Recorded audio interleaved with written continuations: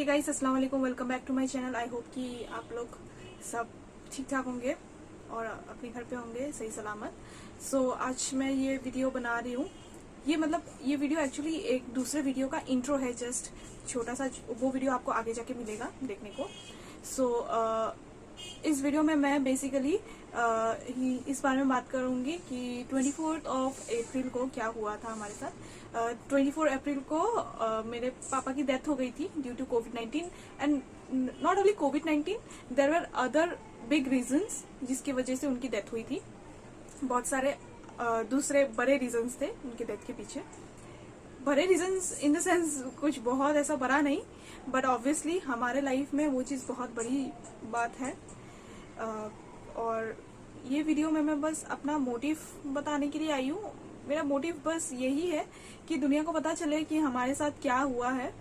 हो सकता है इस पेंडेमिक के टाइम पे हमारे साथ जो हुआ, जितना बुरा हुआ, उससे कहीं ज्यादा बुरा किसी और के साथ भी हुआ होगा, बिकॉज बहुत सारे लोग नहीं रहे अब इस दुनिया में ड्यू टू कोविड-19।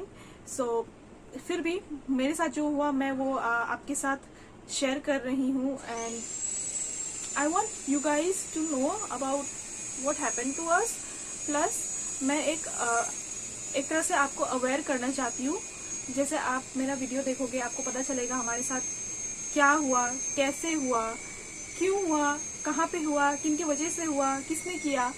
तो आपको एक तरह से पता चल जाएगा कि अगर अल्लाह ना करे कभी आपके फैमिली में किसी को भी कोविड-19 हो, बट स्टिल अगर कभी हो भी गया, या फिर किसी दूसरी बीमारी के लिए भी अगर आप मतलब कहीं जाना है, आपको कोई मेडिकल अटेंशन चाहिए, तो आप भूले से भी उस जगह ना जाए जहां हम गए थे। आपको एक अवेयरनेस हो जाए, आपको एक तरह से पता रहे कि कौन सी जगह सही है, कौन सी जगह गलत है जाने के लिए।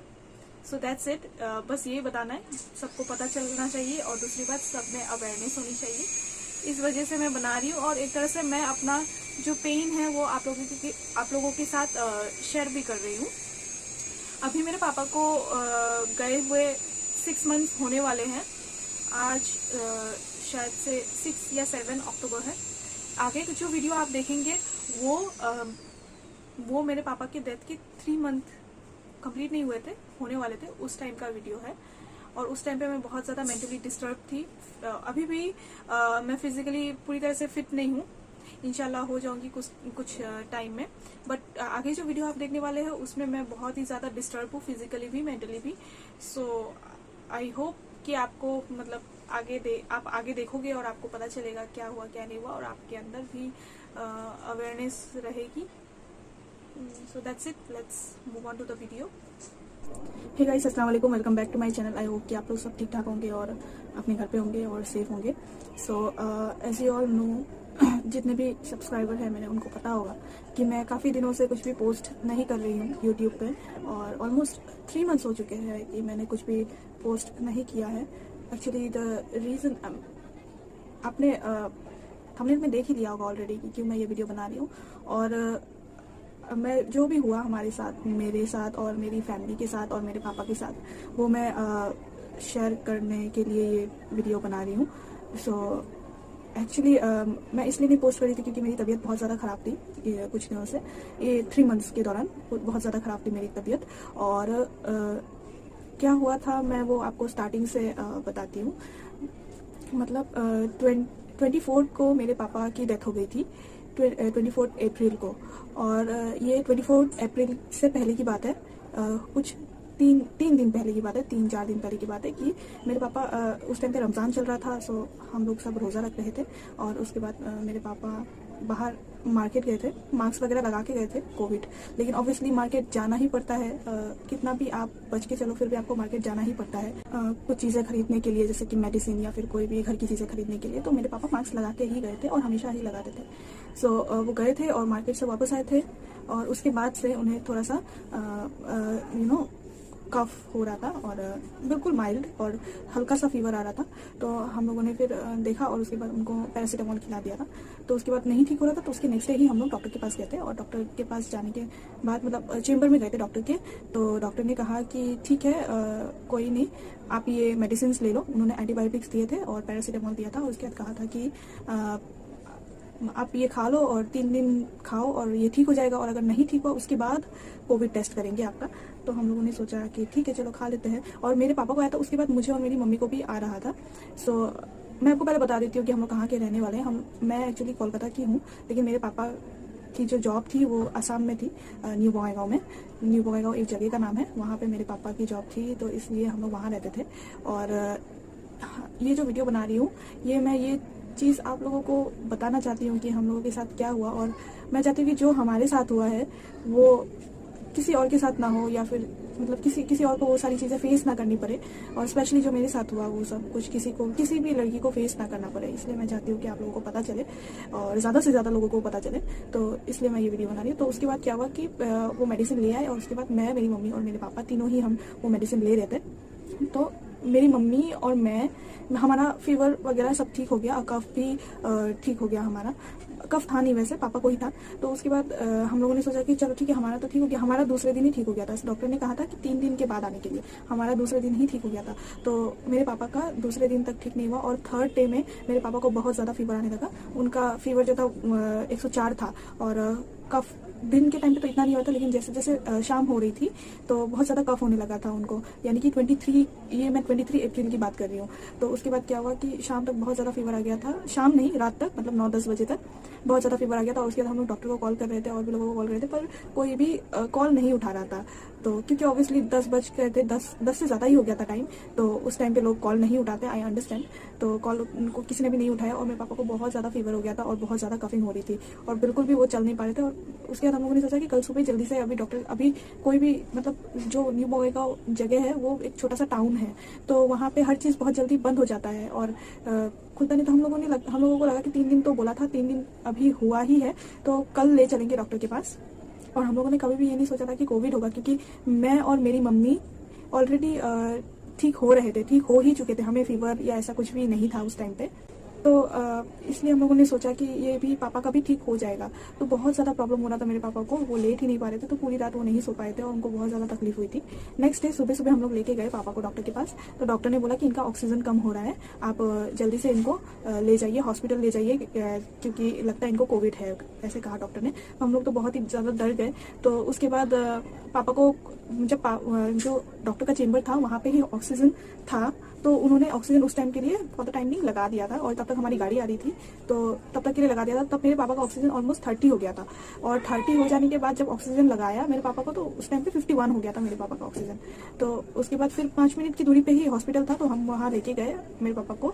लोअर असम नाम है हॉस्पिटल का, प्राइवेट हॉस्पिटल है वो। हम वहाँ लेके गए, और हम वहाँ इसलिए लेके गए क्योंकि वो बहुत ज़्यादा करीब था, और मेरे पापा का ऑक्सीजन बहुत ज़्यादा कम हो रहा था। और हमें सुनने में भी आया था कि लोअर असम में ऑक्सीजन अवेलेबल है, और उस टाइम पे अप्रैल के टाइम पे ऐसा था ना कि ऑक्सीजन अवेलेबल ही नहीं था, बेड भी मिल नहीं रहा था किसी को हॉस्पिटल में। इसलिए हम लोग जितना पास का हॉस्पिटल हो और जहाँ बेड अवेलेबल हो और जहाँ ऑक्सीजन अवेलेबल हो वहाँ लेके गए मेरे पापा को। तो वहाँ हम लोग लेके गए, और उतने 5 मिनट की दूरी पे ही था, और तब तक 50 से फिर से वापस 30 हो गया था मेरे पापा का ऑक्सीजन।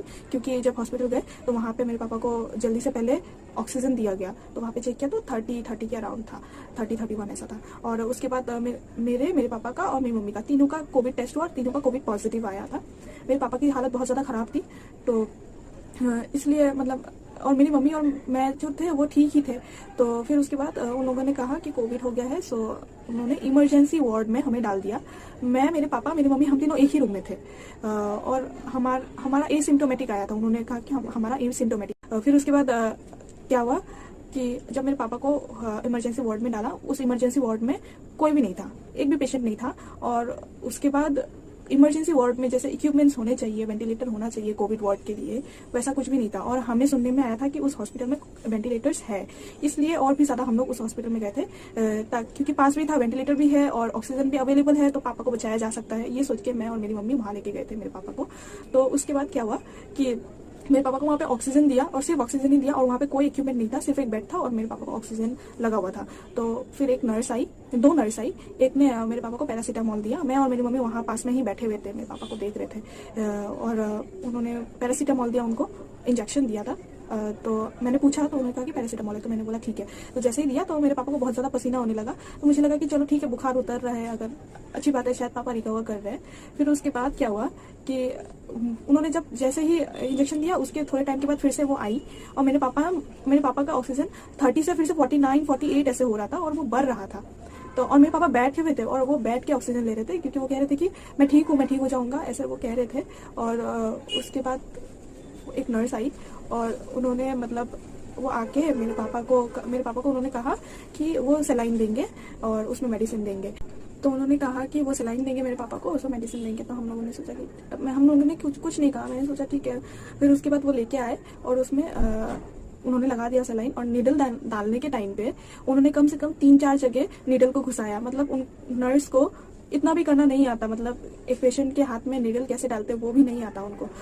और ऑलरेडी उनको इतना तकलीफ हो रहा है, उसमें 3-4 जगह वो नीडल डाल रही है और पूरा ब्लड निकल रहा है मेरे पापा के हाथ से। तो मैं देख रही थी और मैं सामने ही बैठी थी। फिर उसके बाद क्या हुआ कि उन्होंने सलाइन तो लगाया, उसके बाद एक इंजेक्शन लेके आए। वो इंजेक्शन का साइज ऑलमोस्ट इतना होगा, हाँ इतना होगा, और इतना मतलब होगा, और उसमें मेडिसिन था बहुत ज़्यादा। और उसके बाद उन्होंने कहा, मेरे पापा फिर से बैठ गए थे जब उनको सलाइन दिया था, देने के बाद फिर से वो बैठ गए थे, क्योंकि उनको अच्छा नहीं लगा, तो वो कह रहे थे वो बैठ के ही ऑक्सीजन लेंगे। तो उसके बाद क्या हुआ कि मेरे पापा को उन्होंने कहा कि आप लेट जाइए, आपको इंजेक्शन देंगे। तो मेरे पापा लेट गए। लेट जाने के बाद उनको पेट में इंजेक्शन दिया गया, मतलब लोअर एब्डोमेन के साइड में उनको इंजेक्शन दिया गया, राइट साइड में दिया गया था उनको। तो देने के बाद मेरे पापा फिर से, और मैं पूछ रही थी नर्स से कि ये आप कौन सा इंजेक्शन दे रहे हैं। पहले वाले में मैंने पूछा तो उन्होंने कहा पैरासीटामॉल दे रहे हैं। सेकंड वाले में मैंने पूछा तो उन्होंने कुछ जवाब नहीं दिया, उल्टा मुझे धक्का देके उन्होंने बैठने को कहा, और बिल्कुल पुश करके उन्होंने कहा बैठने के लिए। और ये हॉस्पिटल, मैं लोअर असम के बारे में बात कर रही हूँ, लोअर असम हॉस्पिटल के बारे में बात कर रही हूँ। वहाँ के स्टाफ ने ऐसे किया हमारे साथ। और ये 24 अप्रैल की बात है।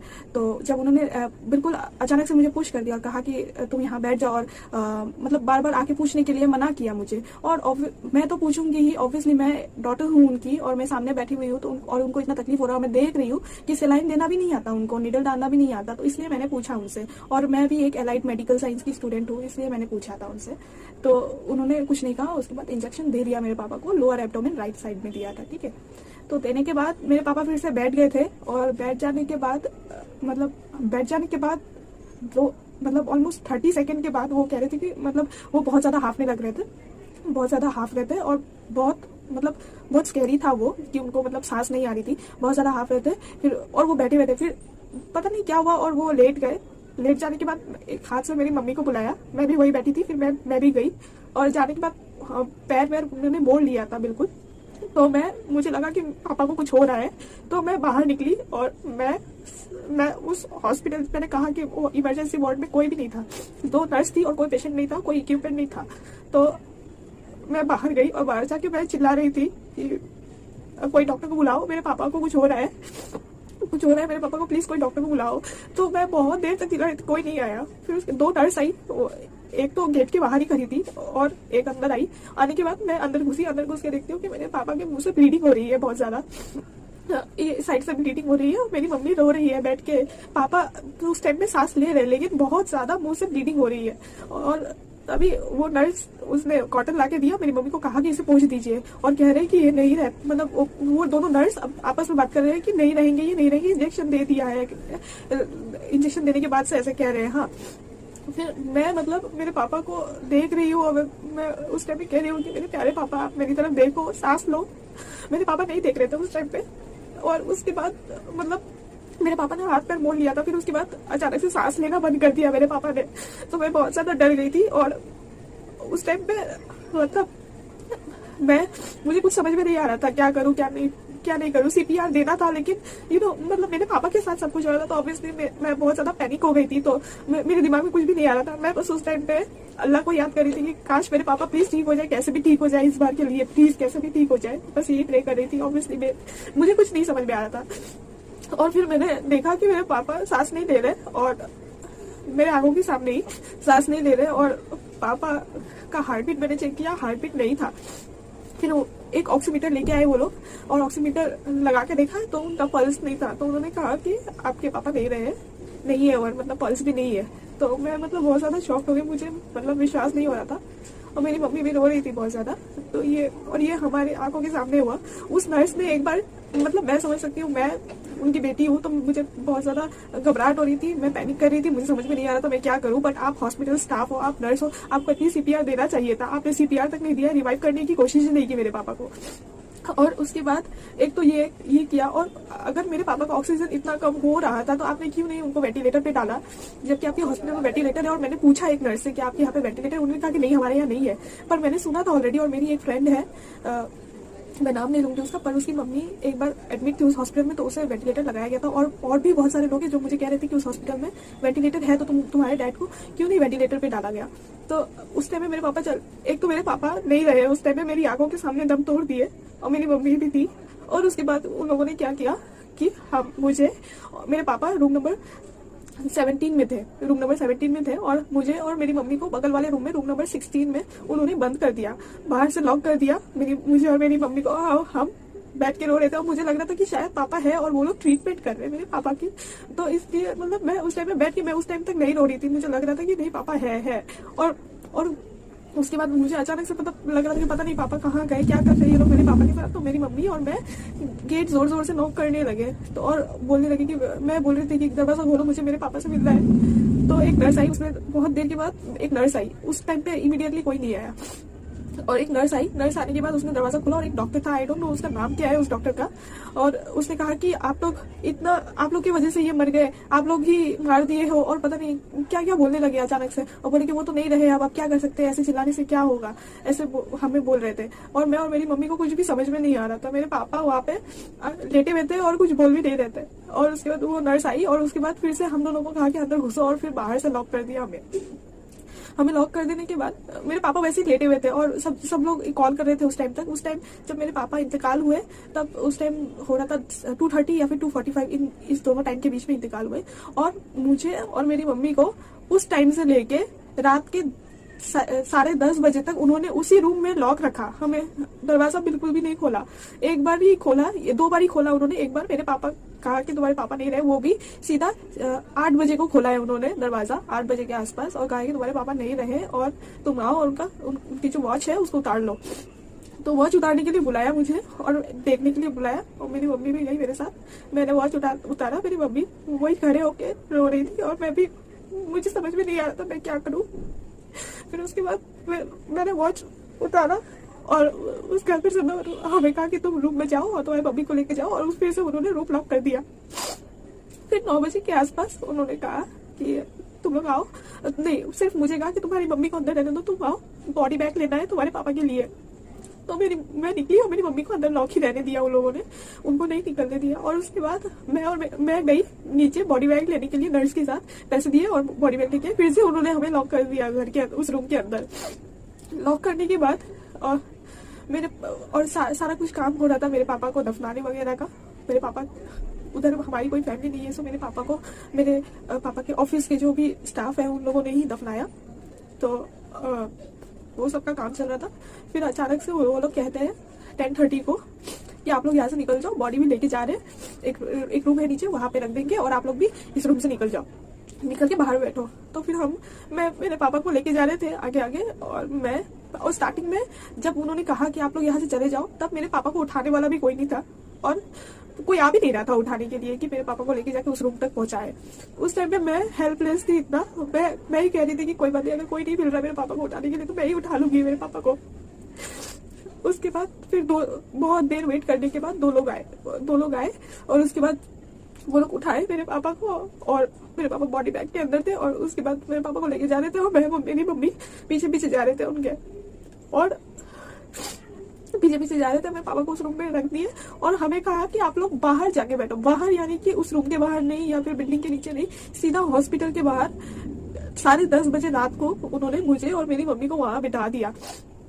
इतनी देर हमें पहले तो रूम में लॉक रखा, और उसके बाद इतनी रात को मुझे और मेरी मम्मी को बैठा दिया और कहा कि 1 घंटे 2 घंटे में एम्बुलेंस आएगा और वो आपको आपके घर तक पहुंचा देगा। आपको 15 दिन तक क्वारंटाइन रहना है अपने घर पे, और उसके बाद टेस्ट करवाना है कोविड का, अगर नेगेटिव आया उसके बाद आप लोग घूम फिर सकते हो, ये वो ऐसे ही कहा हमें। फिर उसके बाद मैं और मेरी मम्मी ऑलमोस्ट 11:30-12 तक बाहर बैठे हुए थे रात को और रो रहे थे, और उसके बाद एम्बुलेंस आया और हमें ले गया हमारे घर तक। सो ये है स्टोरी। और मुझे एक सवाल पूछना है कि मतलब जो हॉस्पिटल था वो lower Assam hospital new Bongaigaon में, कि अगर आपको पता था कि मेरे पापा का जो ऑक्सीजन लेवल है बहुत ज्यादा कम हो रहा है तो पहले ही आपको कुछ करना था, क्योंकि बहुत लोग 30 ऑक्सीजन में सरवाइव भी नहीं करते। लेकिन मेरे पापा चल के अंदर तक गए हॉस्पिटल के, और उसके बाद वो बैठ के ऑक्सीजन ले रहे थे। और अगर इतना भी कर रहे थे तो उनको वो मरना नहीं चाहते थे मेरे पापा। वो बहुत ट्राई कर रहे थे कि वो ठीक हो जाए, और बार बार कह रहे थे कि ठीक हूँ मैं ठीक हो जाऊंगा, जबकि उनका ऑक्सीजन लेवल 30 हो गया था फिर भी। फिर उसके बाद मैं ये पूछना चाहती हूँ कि आप लोगों ने क्यों नहीं उनको वेंटिलेटर पे डाला, और क्या इंजेक्शन दिया था उनको कि उनके मुंह से ब्लीडिंग होने लगा, और वो एकदम 30 सेकेंड्स के अंदर इंजेक्शन दिया और 30 सेकेंड्स के अंदर वो नहीं रहे। इंजेक्शन देने के साथ साथ ऐसा क्या इंजेक्शन आपने दे दिया मेरे पापा को, और मेरे पापा गुजर गए तो मेरे साथ और मेरी मम्मी के साथ ऐसा बिहेवियर क्यों किया। जब मैं पूछ रही थी कि कौन सा इंजेक्शन आप देना, तो आप लोगों ने क्यों नहीं बताया मुझे। और उसके बाद जब मेरे पापा नहीं रहे तो आपने हमें 2 बजे 2:30 या फिर 2:45 से लेके सीधा 10:30-11 बजे रात तक उस रूम के अंदर बंद रखा। हम भी कोविड पेशेंट ही थे उस टाइम पे, कोई भी हमें पानी तक पूछने के लिए नहीं आया, और रूम बाहर से बंद था। और मुझे मतलब आई डोंट नो मेरे पापा कोविड से मेरे पापा कोविड से मरे हैं या फिर मेरे हॉस्पिटल वालों ने मेरे पापा को मार दिया। कोविड था, उनको कोविड पॉजिटिव आया था उस रैपिड टेस्ट में, लेकिन उसके बाद उनको सही ट्रीटमेंट नहीं मिला, और इस वजह से मेरे पापा आज नहीं है। और उनको इतना तकलीफ हुआ जाने के टाइम पे, आई कांट इवन डिस्क्राइब। मतलब मेरे आंखों के सामने वो चले गए, और मेरे पापा के जाने के बाद ऑलमोस्ट 2 मंथ्स तक मुझे पैनिक अटैक्स आते हैं। एग्जैक्टली उसी टाइम पे आते हैं जब मेरे पापा इंतकाल कर गए थे। मेरे पापा के चले जाने के बाद बहुत कुछ हुआ, मतलब मेरे साथ। मैं रात भर सो नहीं पाती थी, पैनिक अटैक्स आते थे उसी एग्जैक्ट टाइम पे जब मेरे पापा इंतकाल कर गए और जब मेरे पापा को दफनाया जाना था। मतलब ये सब कुछ मैं अभी वर्ड्स में नहीं डिस्क्राइब कर सकती, but this is for all of you. I want all of you to know कि हमारे साथ क्या हुआ, किस हॉस्पिटल ने हमारे साथ क्या किया। लोअर असम नाम है, लोअर असम न्यू बंगाईगांव में जो हॉस्पिटल है नाम है उस हॉस्पिटल का। और कैसे उनके पास वेंटिलेटर होते हुए भी उन्होंने वेंटिलेटर पे नहीं डाला मेरे पापा को। और उसके बाद नर्स को इतना भी नहीं आता कि सलाइन का जो नीडल है वो कैसे घुसाते हैं पेशेंट के अंदर। ऑलरेडी इतना ज्यादा तकलीफ में है वो पेशेंट, और उसके हाथ में नीडल घुसा के और बहुत ब्लड निकाल दिया था उन लोगों ने।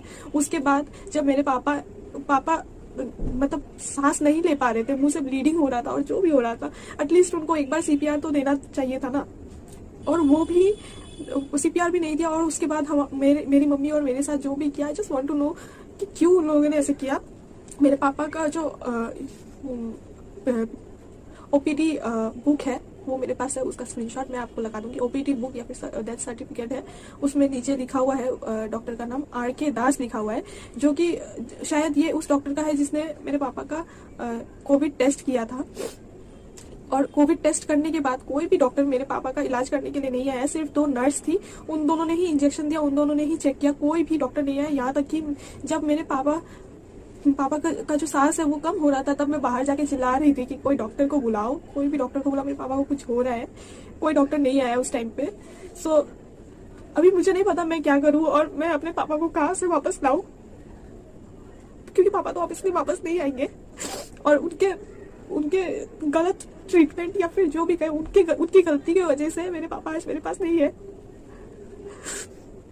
और मुझे और मेरी मम्मी को इतनी सारी परेशानी से गुजरना पड़ रहा है। और अब मेरी हेल्थ जब से मेरे पापा गए तब से खराब होती ही जा रही है, क्योंकि जब भी मैं रात को सोती हूँ मुझे याद आता है कि मेरे पापा कैसे मरे, कैसे मेरी आंखों के सामने मर गए वो, कैसे उनको इंजेक्शन दिया और उसके बाद 30 सेकंड के बाद वो नहीं रहे। I just want everyone to know कि वो हॉस्पिटल ठीक नहीं है, वहाँ के स्टाफ भी ठीक नहीं है, वहाँ के डॉक्टर्स भी ठीक नहीं है, वहाँ का मैनेजमेंट भी ठीक नहीं है। एक कोविड वार्ड के अंदर जो इक्विपमेंट्स होना चाहिए वो तक नहीं था, सिर्फ एक बेड था वहाँ पे, तो वहाँ पे मेरे पापा को जाकर लिटाया गया था। ऑब्वियसली हॉस्पिटल अथॉरिटी है तो मैं ज्यादा कुछ कर नहीं सकती उनके खिलाफ। अभी मेरे लाइफ में और भी बहुत ज्यादा इश्यूज है, मेरी मम्मी को लेके, मेरे को लेके, हमारी हेल्थ को लेके। उसके पीछे मैं अब नहीं जा सकती। अभी मैं बहुत ज्यादा हेल्पलेस हूँ। I just want you guys to know कि कैसे मतलब एक हॉस्पिटल मतलब एक पेशेंट को मतलब उनके लिए कोई पेशेंट कुछ भी वैल्यू नहीं रखता है, बस पैसे लेने से मतलब है उनको, और कोई भी वैल्यू नहीं रखता है।